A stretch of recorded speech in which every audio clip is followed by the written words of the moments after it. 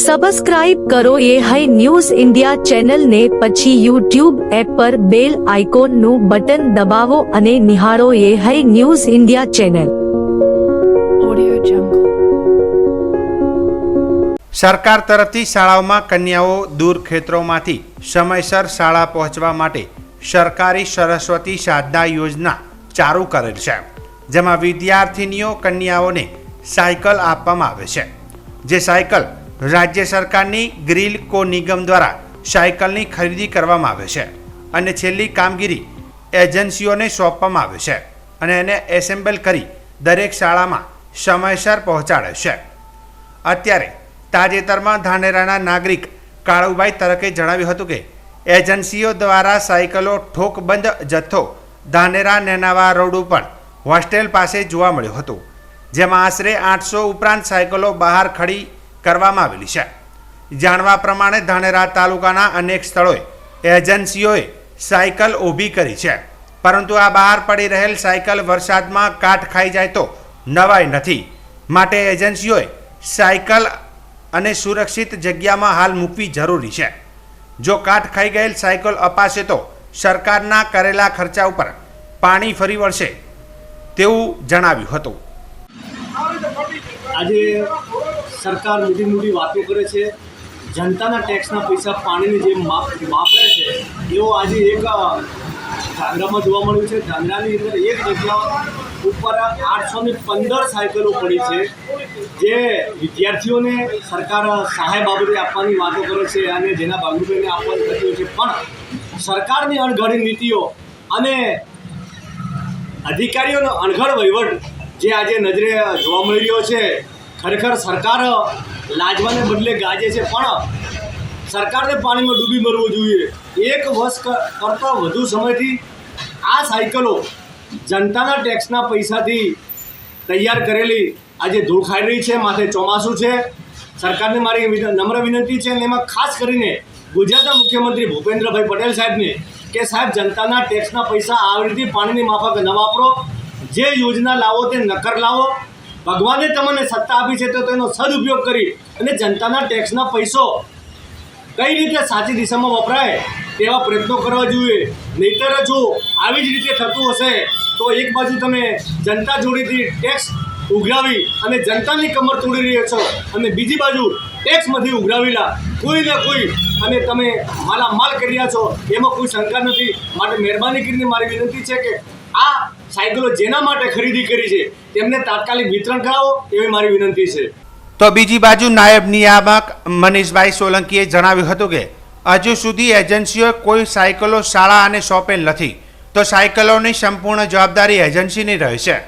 હાલમાં બનાસકાંઠા જિલ્લાના સરસ્વતી સાધના યોજનામાં કન્યાઓને જે સાયકલ આપવામાં આવે છે તેના સમાચાર વપરાયેલ રહે છે, તેના સમાચાર પ્રસિદ્ધ થયેલ છે। જે બાબતે જણાવવાનું કે રાજ્ય સરકારના ગ્રીનકો નિગમ દ્વારા સાયકલની ખરીદી કરવામાં આવે છે અને એજન્સીને કામ સોંપણી કરવામાં આવે છે અને આ એજન્સી દ્વારા જિલ્લા કક્ષાએ સાયકલો એસેમ્બલ કરીને જે તે જિલ્લાને સોંપવામાં આવે છે। હાલમાં જે સમાચાર પ્રસિદ્ધ થયેલા છે એમાં જે સાયકલો છે તે સરકાર દ્વારા સ્વીકારેલ નથી અને હાલ એ જ એજન્સી પાસે એ સાયકલોનો હવાલો છે। સરકાર વહેલી તકે આ બાબતે પોઝિટિવ છે અને વહેલામાં વહેલે કન્યાઓને સાયકલ મળે એ બાબતે હકારાત્મક પણ છે। ત્યારે સરકાર વિદ્યાર્થીનીઓને સરસ્વતી સાધના યોજના હેઠળ વહેલામાં વહેલા સાયકલ આપે તેમજ બેટી પઢાઓના નારાને બુલંદ બનાવે તેવી લોક માંગ ઉઠી છે। બનાસકાંઠા જિલ્લાના ધાનેરામાં તારીખ 16/7ના રોજ ડીસા તાલુકાના સુથિયા ગામના અમૃતભાઈ દેવી પૂજક, જેઓ પોતાની પત્ની સાથે ધાનેરા ખરીદી કરવા માટે આવ્યા હતા, ત્યારે ડીસા રોડ ઉપર આવેલ પરિવાર મોલની આગળના ભાગમાં આખલાની અડફેટમાં આ દંપતી આવી જતા બાઇક પરથી પડી જતા અમૃતભાઈ દેવી પૂજકનું કરુણ મોત નીપજ્યું હતું, જેઓના સીસીટીવી ફૂટેજમાં દ્રશ્યો દેખાઈ રહ્યા છે કે ધાનેરામાં જાહેર માર્ગો પર આખલાઓનો આતંક અવારનવાર જોવા મળી રહ્યો છે।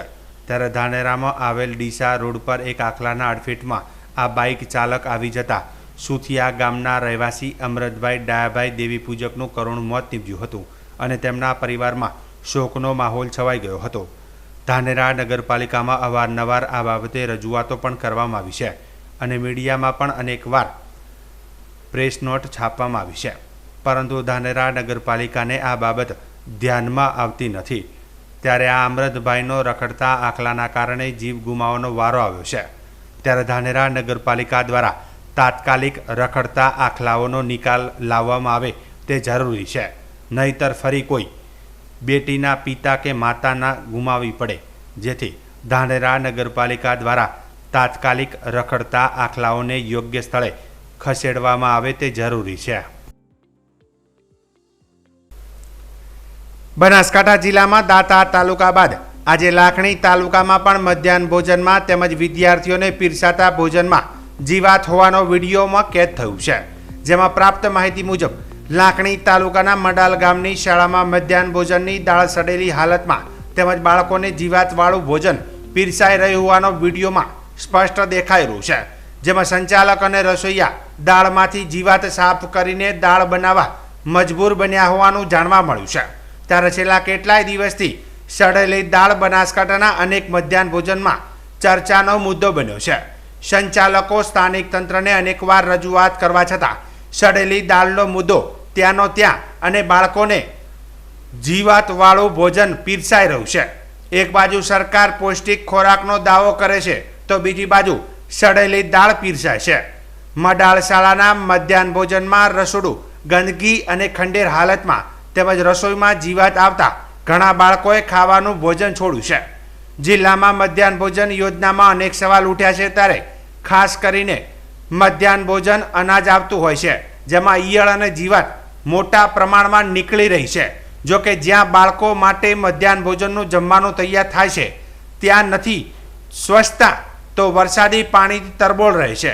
તો અનેક જગ્યાઓએ મધ્યાહન ભોજન યોજનામાં સામાન્ય સંચાલકો ઘર ભેગું કરતા હોય તેવી આશંકાઓ પણ સેવાઈ રહી છે.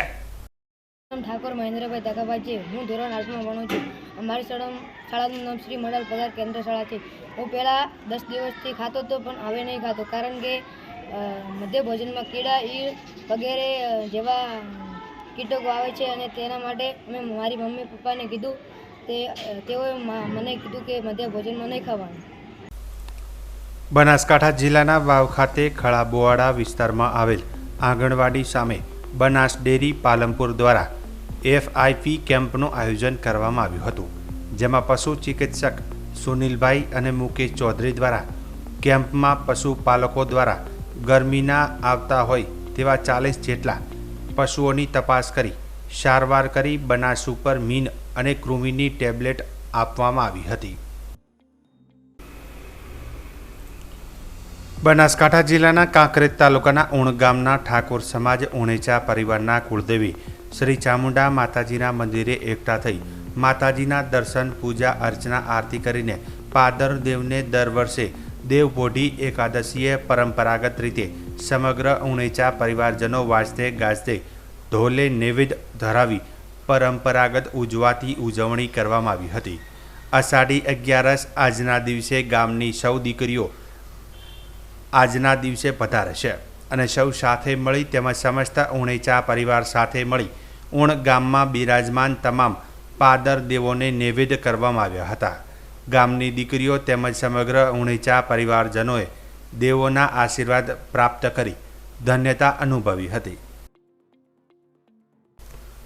બનાસકાંઠા જિલ્લાના કાંકરેજ તાલુકાના ઉણ ખાતે જૈન દેરાસન પાસે ગામની વચ્ચે રહેણાંક વિસ્તારમાં એક વીજ પોલ કેટલાય સમયથી ગમે તે સમયે ભાગી પડે તેવી જર્જરિત હાલતમાં ઊભો છે.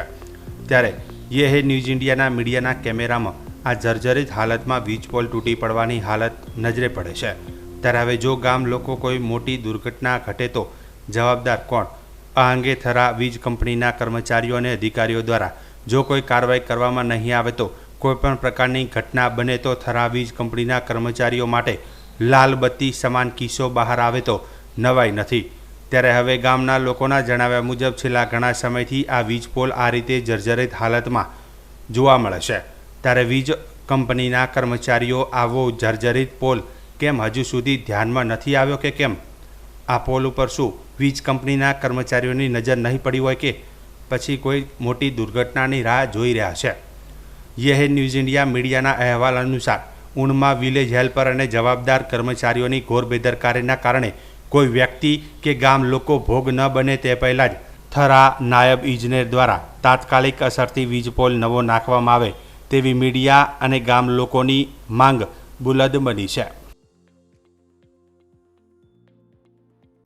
બનાસકાંઠા જિલ્લાના સરહદી વિસ્તારમાં અકસ્માતના બનાવો દિન પ્રતિદિન વધી રહ્યા છે.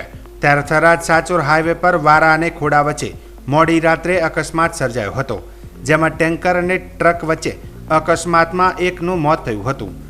મળતી માહિતી મુજબ થરાદ સાચોર હાઈવે પર મોડી રાત્રે ટેન્કર અને ટ્રક વચ્ચે અકસ્માત સર્જાયો હતો, જેના બાદ ગાડીઓમાં આગ લાગી હતી. કોલસા ભરેલ ટ્રક અને ખાલી ટેન્કર વચ્ચે ગમખ્વાર અકસ્માત સર્જાયો હતો, જેના બાદ આગ લાગતા આગ બેકાબૂ બની હતી. મોડી રાત્રે ભારે ધડાકા સાથે અકસ્માત થતાં લોકોના ટોળેટોળા ઉમટી પડ્યા હતા. બનાવની જાણ પોલીસને થતાં પોલીસ તાત્કાલિક ઘટના સ્થળે પહોંચી અને ફાયર ટીમને જાણ કરતા થરાદ નગરપાલિકાના ફાયર અને સાચોર ફાયર ટીમ તાત્કાલિક ઘટના સ્થળ પર પહોંચી આગ પર કાબૂ મેળવ્યો હતો. અકસ્માતમાં ગાડી ચાલકનું ઘટના સ્થળે મોત નીપજ્યું હતું. અન્ય ઘાયલોને સારવાર અર્થે હોસ્પિટલમાં ખસેડવામાં આવ્યા હતા.